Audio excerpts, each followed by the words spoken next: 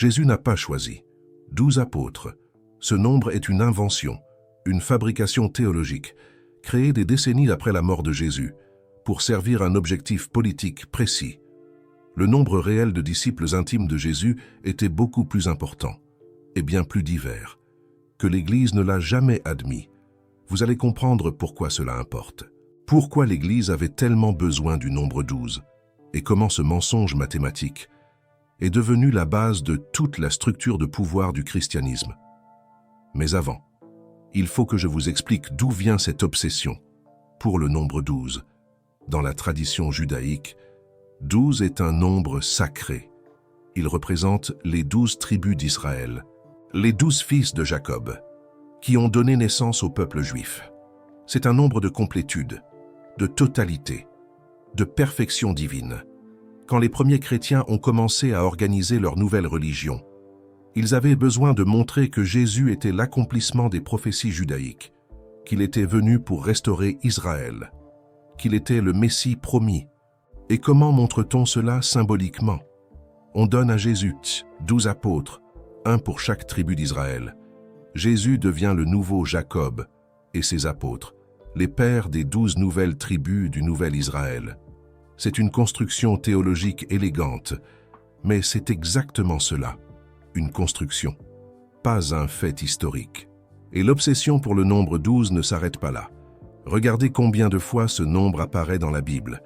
12 tribus d'Israël, 12 pierres sur le pectoral du grand prêtre, 12 pains de proposition dans le temple, 12 espions envoyés pour explorer Canaan, 12 sources d'eau à Élim, 12 paniers de pain et de poissons, qui sont restés après la multiplication. Et dans l'Apocalypse, l'obsession devient encore plus intense. 12 portes dans la Nouvelle Jérusalem, 12 anges aux portes, 12 fondations avec les noms des 12 apôtres, 144 000 marqués, ce qui est 12 fois 12 000. Ce n'est pas une coïncidence, c'est une structure littéraire, qu'un schéma symbolique que les écrivains bibliques utilisaient pour transmettre un sens théologique.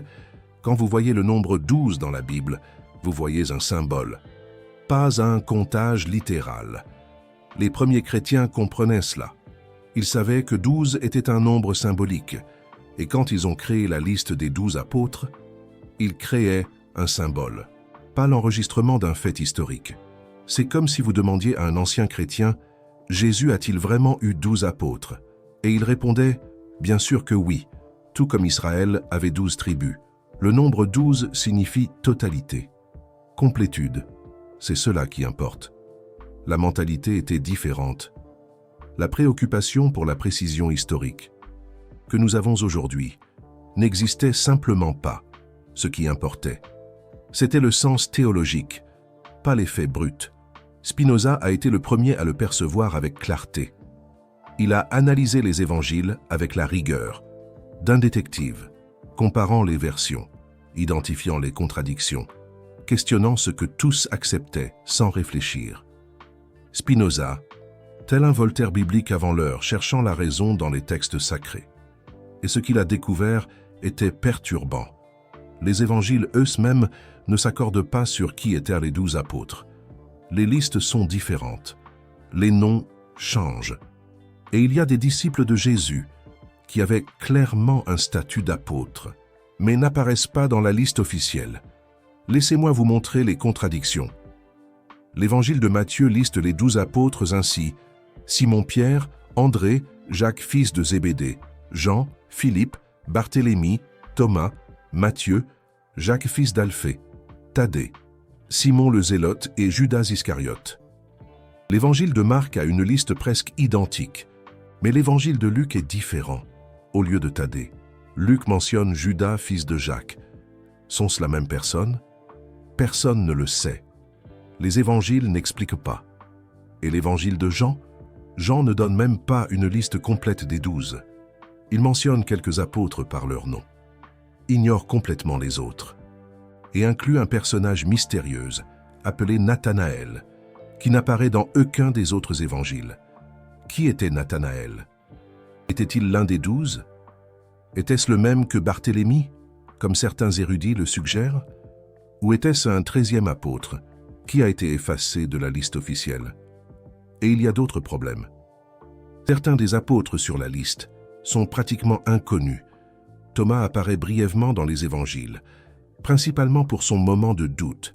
Thaddée et Simon le Zélote ne sont presque pas mentionnés.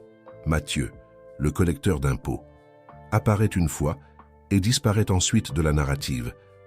Si ces hommes étaient les disciples les plus intimes de Jésus, pourquoi savons-nous si peu de choses sur eux? Pourquoi les évangiles consacrent-ils autant d'espace à Pierre et Jean, mais ignorent presque la plupart des autres? La réponse est que la liste a été compilée après, à partir de fragments de traditions différentes. Certains noms étaient rappelés dans certaines communautés, d'autres dans d'autres.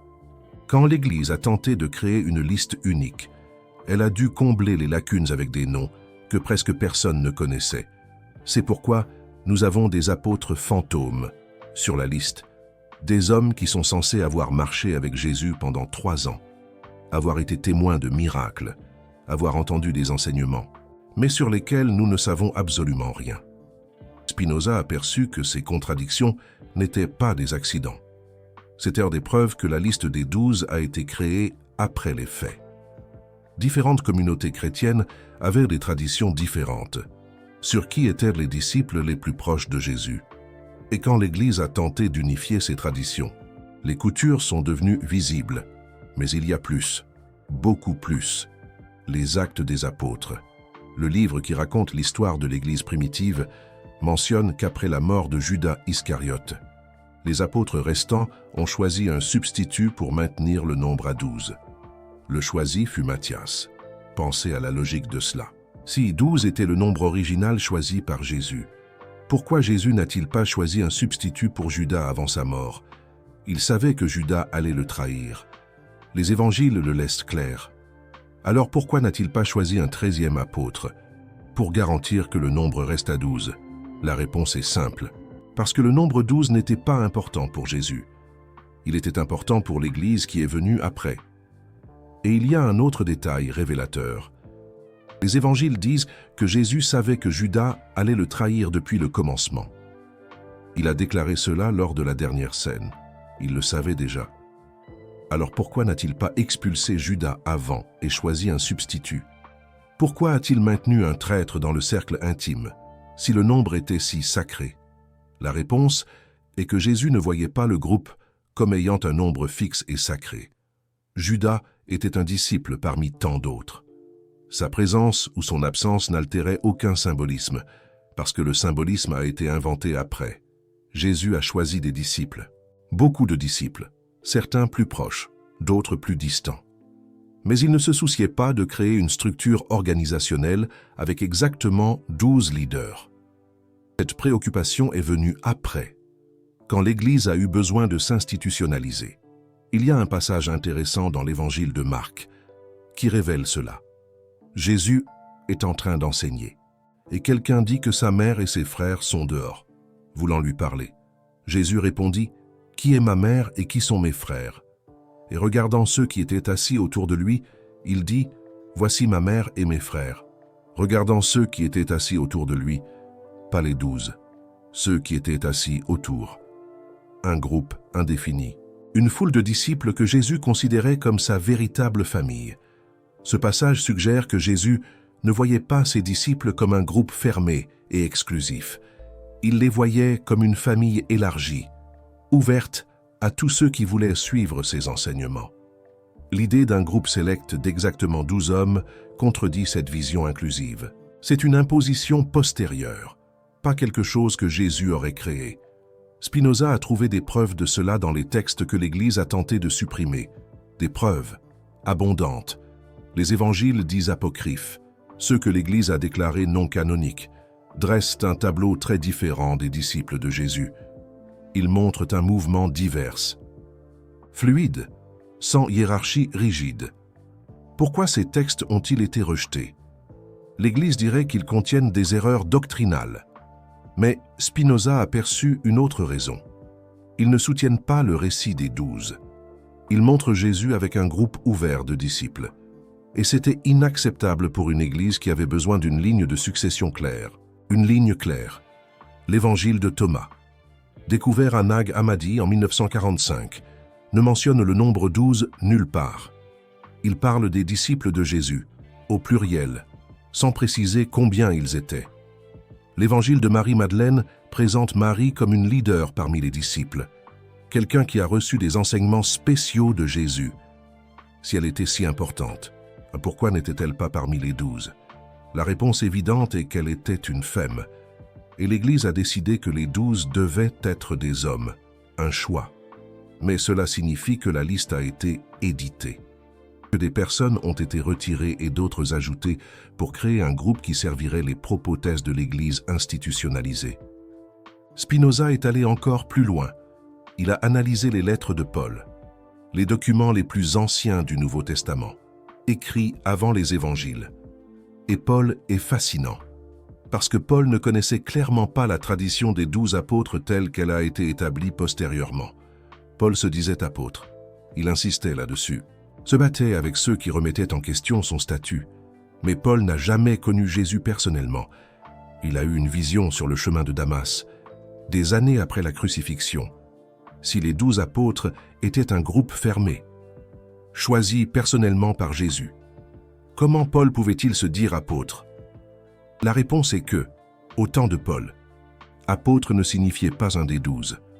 Cela signifiait quelqu'un envoyé pour prêcher. Et il y avait beaucoup d'apôtres. Paul mentionne d'autres apôtres dans ses lettres.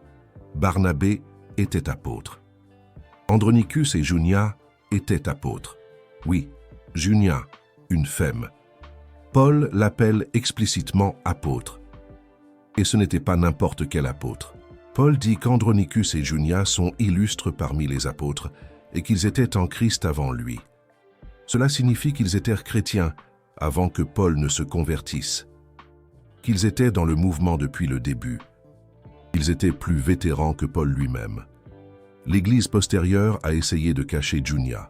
Certains traducteurs ont changé son nom en Junias, une forme masculine qui n'existe dans aucun autre texte grec ancien. Ils ont fait cela parce qu'ils ne pouvaient pas accepter qu'une femme soit appelée apôtre par Paul. Inacceptable. Mais les manuscrits les plus anciens sont clairs. Le nom est Junia, féminin, une femme apôtre, reconnue comme telle par Paul lui-même. Et Junia n'était pas seule. Il y a d'autres femmes mentionnées par Paul qui avaient clairement des rôles de leadership. Priscille, que Paul appelle sa collaboratrice en Christ Jésus, Phoebé, qui était diaconesse de l'église de Cenchreae, Lydie, la première convertie en Europe, dont la maison est devenue le centre du christianisme à Philippe. Ces femmes n'étaient pas seulement des disciples passives, elles dirigeaient, elles enseignaient, elles hébergeaient les réunions des communautés chrétiennes dans leur maison. Elles risquaient leur vie pour l'Évangile. Braves. Mais aucune d'entre elles n'est sur la liste des 12 apôtres, parce que la liste a été créée par des hommes, pour des hommes, dans le but d'exclure les femmes du leadership. Comment une femme pouvait-elle être apôtre si les 12 étaient tous des hommes? Parce qu'au temps de Paul, le concept des 12 ne s'était pas encore solidifié. Il y avait beaucoup d'apôtres, hommes et femmes, et le nombre n'était pas fixe. La fixation sur le nombre 12 est venue après, quand l'Église a eu besoin de créer une ligne de succession, quand elle a eu besoin de dire que les évêques étaient les successeurs des apôtres et que leur autorité venait directement de Jésus. Cela s'est produit principalement au IIe siècle, lorsque l'Église a commencé à faire face à la concurrence d'autres groupes chrétiens. Il y avait des gnostiques, des marcionites, des ébionites, chacun avec ses propres traditions et ses propres leaders. L'Église de Rome avait besoin d'un moyen de dire « nous sommes les vrais ». Les autres sont des hérétiques. Et la façon dont ils ont trouvé était la succession apostolique. Nous avons des évêques qui ont été ordonnés par des évêques, qui ont été ordonnés par des apôtres qui ont été choisis par Jésus. Les autres n'ont pas cette lignée. Par conséquent, nous avons l'autorité divine et ils ne l'ont pas. Mais pour que cet argument fonctionne, les apôtres devaient être un groupe fermé et défini. Cela ne pouvait pas être un nombre vague ou ouvert. Il devait être exactement 12, ni plus, ni moins. S'il y avait 20 apôtres, ou 30, ou un nombre indéterminé, la ligne de succession deviendrait confuse. Qui serait le successeur de qui? Comment établissez-vous l'autorité dans une structure comme celle-là? Un défi. Mais s'il y a exactement 12 apôtres, tout devient plus simple. Chaque apôtre fonde une lignée. Chaque évêque peut retracer son autorité jusqu'à l'un des 12. La structure hiérarchique de l'Église devient possible, viable. C'est pourquoi le nombre 12 était si important. Cela n'avait rien à voir avec Jésus. Cela avait à voir avec le pouvoir, avec le contrôle, avec la capacité de dire qui avait l'autorité et qui ne l'avait pas. Un instrument. Spinoza a documenté tout cela dans ses annotations. Il a perçu que l'Église avait réécrit l'histoire pour servir ses intérêts. Que les 12 apôtres étaient une création postérieure, pas un fait historique. Et il est allé au-delà. Il a commencé à enquêter sur le nombre de disciples intimes que Jésus avait réellement. Les preuves pointent vers un nombre beaucoup plus grand que 12. L'évangile de Luc mentionne que Jésus a envoyé 70 disciples pour prêcher. 70, pas 12. Ces 70 avaient l'autorité pour guérir, pour chasser les démons, pour prêcher au nom de Jésus. Ils étaient apôtres en tout sauf le nom. Pourquoi ces 70 ne sont-ils pas considérés comme apôtres? Parce que l'Église avait besoin de maintenir le nombre à 12. Alors les 70 ont été rétrogradés en disciples de 2e classe, tandis que les 12 ont été élevés à une catégorie spéciale, une stratégie. Certains érudits croient que le nombre 70 était aussi symbolique. 70 était le nombre des nations du monde dans la tradition juive.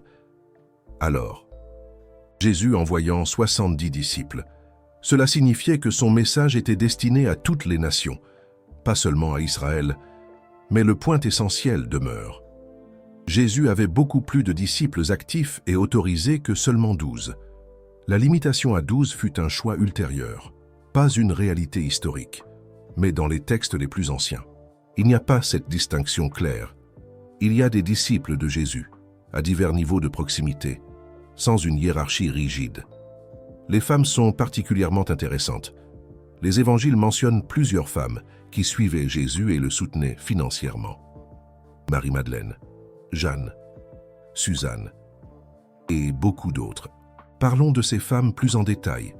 Marie-Madeleine est la plus connue. Elle était présente à la crucifixion, quand la plupart des apôtres hommes avaient fui. Elle fut la première personne à voir Jésus ressuscité. Elle fut envoyée pour le dire aux autres. C'est pourquoi elle est appelée apôtre des apôtres par certains auteurs anciens. Une figure emblématique. Jeanne était l'épouse de Chuza, administrateur d'Hérode. Cela signifie qu'elle était une femme de position sociale élevée. Elle avait accès à des ressources financières. Les évangiles disent explicitement qu'elle et d'autres femmes soutenaient Jésus et ses disciples avec leurs propres biens. Pensez-y. Les femmes finançaient le mouvement. Sans elles, Jésus et ses disciples auraient souffert de la faim, auraient dormi dans la rue, n'auraient pas eu les moyens de voyager de ville en ville. Imaginez un peu. C'est un peu comme si. Enfin, vous voyez l'idée. Suzanne est mentionnée seulement une fois. Mais le fait que son nom ait été préservé suggère qu'elle était importante. Il y avait beaucoup d'autres que les évangiles ne nomment pas, mais qui faisaient clairement partie du cercle intime. Salomé, la mère de Jacques et Jean, suivait aussi Jésus. Elle était à la crucifixion. Elle est allée au tombeau. Elle faisait partie du mouvement depuis le début.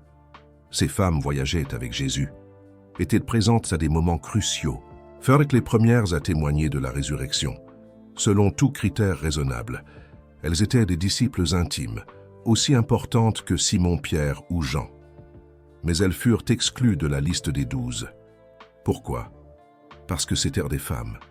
Et l'Église qui se développa après Jésus était une Église d'hommes, pour les hommes, gouvernée par des hommes. Un schéma, hélas, trop fréquent dans l'histoire.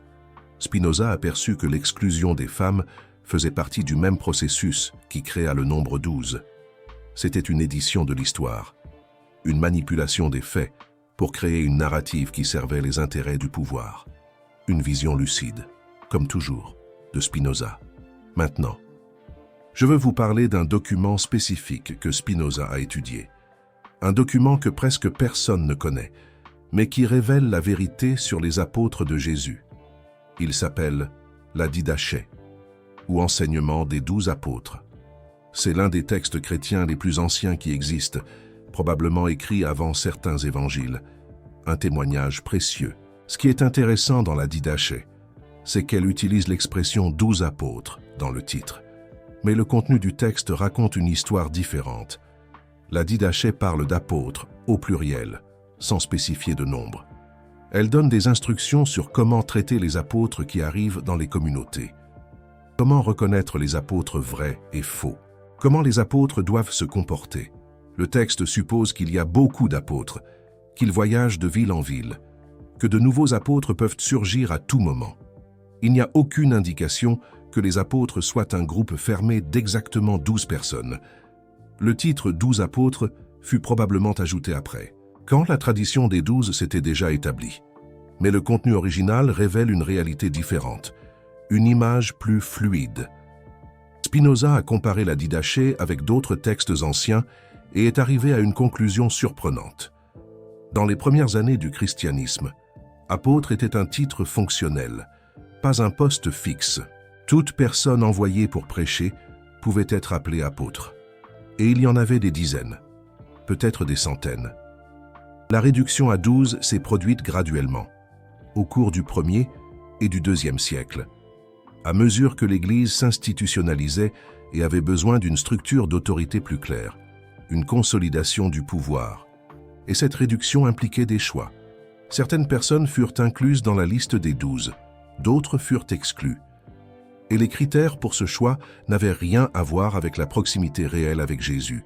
Par exemple, Jacques, le frère de Jésus, il n'est pas dans la liste des 12 apôtres dans aucun évangile. Mais il fut le leader de l'Église de Jérusalem pendant des décennies. Paul l'appelle un pilier de l'Église. Il était clairement l'une des figures les plus importantes du christianisme primitif, une figure de premier plan. Pourquoi Jacques n'est-il pas apôtre? Parce que l'inclure créerait des problèmes. Si le frère de Jésus était si important, alors la famille de Jésus avait des droits spéciaux. Et l'Église de Rome ne voulait pas rivaliser avec la famille de Jésus pour l'autorité. Un enjeu de pouvoir. Il y a un document ancien appelé les Reconnaissances clémentines, qui raconte une histoire fascinante. Selon ce texte, Jacques fut le premier évêque de Jérusalem, nommé directement par Jésus. Il était appelé Jacques le Juste, pour sa piété extraordinaire. Et il était considéré comme le leader suprême de tout le mouvement chrétien. Simon-Pierre, selon ce texte, était subordonné à Jacques, devait lui rendre des comptes. C'était Jacques qui prenait les décisions finales sur la doctrine et la pratique. Un renversement complet. Cela inverse complètement la narrative catholique, qui place Simon-Pierre comme le premier pape, le leader suprême depuis le début. L'Église de Rome avait besoin de Simon-Pierre comme fondateur pour justifier sa propre autorité. Ne pouvait pas admettre que Jacques, le frère de Jésus, était en fait le leader. Alors Jacques fut exclu, relégué à une note de bas de page, tandis que des personnes qui probablement n'ont jamais connu Jésus personnellement, ou qui ont eu des rôles moindres, furent élevées au statut d'apôtres. Une réécriture de l'histoire, une manipulation. C'est une réécriture complète de l'histoire. Et Spinoza fut l'un des premiers à l'apercevoir, son esprit critique, toujours en éveil. Il y a un détail additionnel sur Jacques qui est perturbateur, selon l'historien Hégésippe, qui écrivit au IIe siècle. Jacques était appelé le Juste et Oblias, qui signifie « défense du peuple ». Il priait si fréquemment que ses genoux étaient devenus durs comme ceux d'un chameau, une dévotion inébranlable. Jacques était si respecté que même les pharisiens demandèrent son opinion sur Jésus. Il fut martyrisé en 62 après Jésus-Christ, jeté du pinacle du temple pour avoir refusé de nier Jésus, un sacrifice ultime. Cet homme, qui connut Jésus personnellement, qui dirigea l'Église pendant des décennies, qui mourut comme martyr, n'est pas considéré comme l'un des 12 apôtres, tandis que Thaddée, sur qui on ne sait pratiquement rien, est sur la liste. Cela vous semble-t-il faire sens historique? Ou cela ressemble-t-il à une manipulation politique? Une question qui mérite d'être posée. Honnêtement, maintenant, vous vous demandez peut-être, si ce n'était pas 12, combien était-il? La réponse honnête est que nous ne savons pas. Les registres sont confus, contradictoires, édités. Mais nous pouvons faire quelques estimations. Jésus avait probablement un cercle intime de disciples qui voyageaient avec lui constamment. Ce cercle incluait des hommes et des femmes, incluait ses frères et possiblement d'autres parents, incluait des personnes de différentes origines sociales, un groupe diversifié. Le cercle intime se composait probablement de 15 à 20 personnes, pas 12, plus que 12, au-delà de ce cercle rapproché. Il y avait un cercle plus large de disciples engagés, les 70 mentionnés par Luc. Des personnes qui ne voyageaient pas tout le temps avec Jésus, mais qui faisaient partie du mouvement. Et au-delà de ce cercle, il y avait des sympathisants, des soutiens, des gens qui croyaient en Jésus, mais qui ne consacraient pas leur vie entière au mouvement. Des gens comme Geneviève ou encore Antoine, des noms communs, des gens de tous les jours. L'image qui émerge est très différente de l'image traditionnelle. Ce n'est pas Jésus avec 12 hommes triés sur le volet. C'est Jésus au centre d'un mouvement diversifié, avec plusieurs niveaux de participation, menés par des hommes et des femmes, d'horizons différents. Cette image est plus désordonnée que l'image officielle, plus difficile à contrôler, plus difficile à utiliser pour établir des hiérarchies de pouvoir. Et c'est exactement pour cela qu'elle a été remplacée par l'image des 12 apôtres, parce que l'image des 12 était plus utile pour l'Église institutionnalisée. Une institution qui, comme l'a souligné Spinoza, avait besoin de structures claires pour asseoir son autorité. Il existe des preuves archéologiques qui soutiennent cette vision plus diversifiée. Dans les catacombes chrétiennes antiques, on a trouvé des peintures montrant Jésus avec des groupes de disciples de tailles variées. Certaines montrent 5 personnes, d'autres 7, d'autres plus de 12. Les artistes chrétiens primitifs n'avaient pas de notion fixe du nombre d'apôtres. On a également trouvé des fresques montrant des femmes à des postes de direction, participant à des repas eucharistiques, enseignant ou baptisant. Ces fresques datent des 2e et 3e siècles, avant que l'Église ne consolide complètement sa doctrine sur qui pouvait ou non diriger. Ces images nous montrent un christianisme primitif très différent de ce que l'on imagine. Un mouvement plus égalitaire, plus ouvert, plus fidèle peut-être, à l'esprit original de Jésus. Un esprit de partage et de remise en question, comme Spinoza l'aurait aimé. Il y a un autre aspect que Spinoza a noté. Les évangiles ont été écrits en grec, pour des audiences qui parlaient grec. Et dans la culture grecque, 12 était aussi un nombre significatif. Il y avait 12 dieux de l'Olympe, 12 travaux d'Hercule, 12 signes du zodiaque, en utilisant le nombre 12. Les évangélistes parlaient un langage que les Juifs et les Grecs comprenaient. Ils créaient une narrative qui résonnait avec de multiples traditions culturelles. Un peu comme La Fontaine adaptant Ésope pour la cour de Louis XIV, c'était une stratégie de marketing, si l'on veut utiliser un terme moderne. Les auteurs des évangiles voulèrent que leur message soit compris par le plus grand nombre de personnes possible, et le nombre 12 était universellement reconnu comme un symbole de complétude et de perfection, comme le cycle des saisons. C'est intelligent du point de vue littéraire, mais ce n'est pas de l'histoire, c'est de la théologie, c'est de la propagande. C'est une construction narrative pour un but spécifique, mais cela signifie aussi que le nombre était symbolique, pas littéral. C'était un outil littéraire, pas un registre historique. Spinoza a réalisé que les évangiles n'étaient pas des biographies au sens moderne. C'étaient des textes théologiques, écrits pour transmettre des messages spirituels. Les auteurs ne se souciaient pas de la précision historique. Ils se souciaient de communiquer des vérités sur Jésus qu'ils considéraient importantes. Et une de ces vérités était que Jésus était venu pour renouveler Israël, pour créer un nouveau peuple de Dieu. Et le nombre 12 était la forme parfaite d'exprimer cette idée. 12 tribus, 12 apôtres, une nouvelle alliance. Spinoza a compris cela avec une parfaite clarté. Il a vu comment l'histoire avait été éditée, comment la vérité avait été remplacée par une narrative commode. Et il a tout documenté, même en sachant que cela le mettrait en danger. Il a été excommunié pour ses idées, banni de sa communauté. Son nom a été maudit, ses livres ont été brûlés. Il a vécu dans la pauvreté, polissant des lentilles pour survivre, pendant qu'il écrivait des œuvres qui changeraient l'histoire de la philosophie, une vie de sacrifice pour la vérité.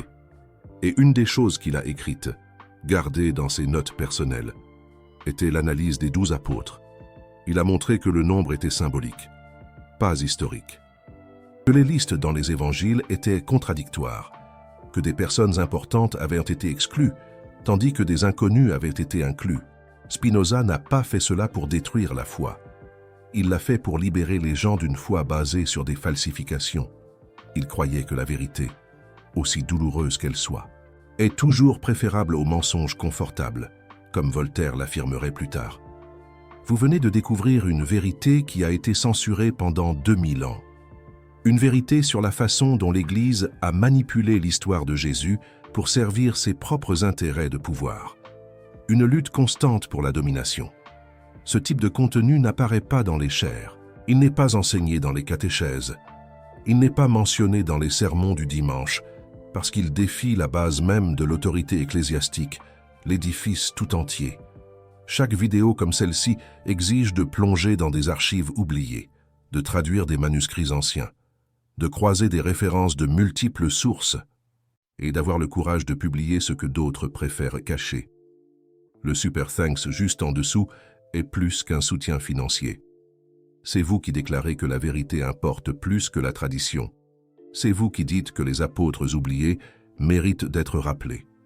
C'est vous qui vous joignez à des personnes qui refusent d'accepter la version éditée de l'histoire, des gens comme Spinoza. Quand vous cliquez sur ce cœur doré, vous honorez Marie-Madeleine, Junia, Jacques et tous les autres qui ont été effacés de la liste officielle, les apôtres que l'Église a voulu oublier, c'est Marie-Thérèse et Pierre oubliés. Faites partie de ceux qui se souviennent. Maintenant, je veux vous laisser avec une réflexion. Quelque chose que Spinoza a écrit sur la nature de la vérité et de l'autorité. Il a dit que l'autorité basée sur des mensonges est toujours fragile. Une institution qui a besoin de falsifier sa propre histoire pour se maintenir au pouvoir est toujours en risque d'être démasquée. L'Église a construit son autorité sur l'idée que les évêques sont les successeurs des 12 apôtres. Mais si les 12 sont une invention, alors la ligne de succession est une fiction. Et si la ligne de succession est une fiction, alors l'autorité qu'elle confère l'est aussi. Cela ne signifie pas que le message de Jésus n'a pas de valeur.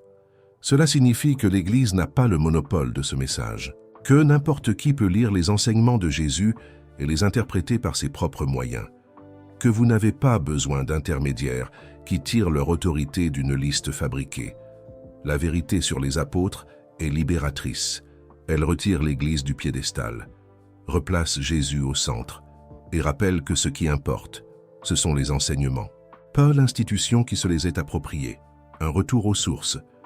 Pensez aux implications pratiques. Si le nombre 12 est une invention, alors la structure hiérarchique de l'Église est construite sur du sable.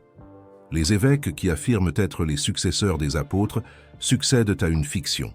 Les papes qui revendiquent l'autorité de Simon-Pierre revendiquent quelque chose qui n'a probablement jamais existé de la façon dont il est décrit. Cela ne signifie pas que l'Église n'a pas fait de bonnes choses au cours de l'histoire. Cela signifie qu'elle ne peut pas revendiquer une autorité divine basée sur une ligne de succession qui a été fabriquée. Le message de Jésus n'a pas besoin d'intermédiaires autorisés, ni de passeurs de foi. Pas besoin d'une hiérarchie qui remonte à 12 hommes élus. La vérité, la sagesse, est à la portée de quiconque souhaite lire les évangiles et y réfléchir profondément.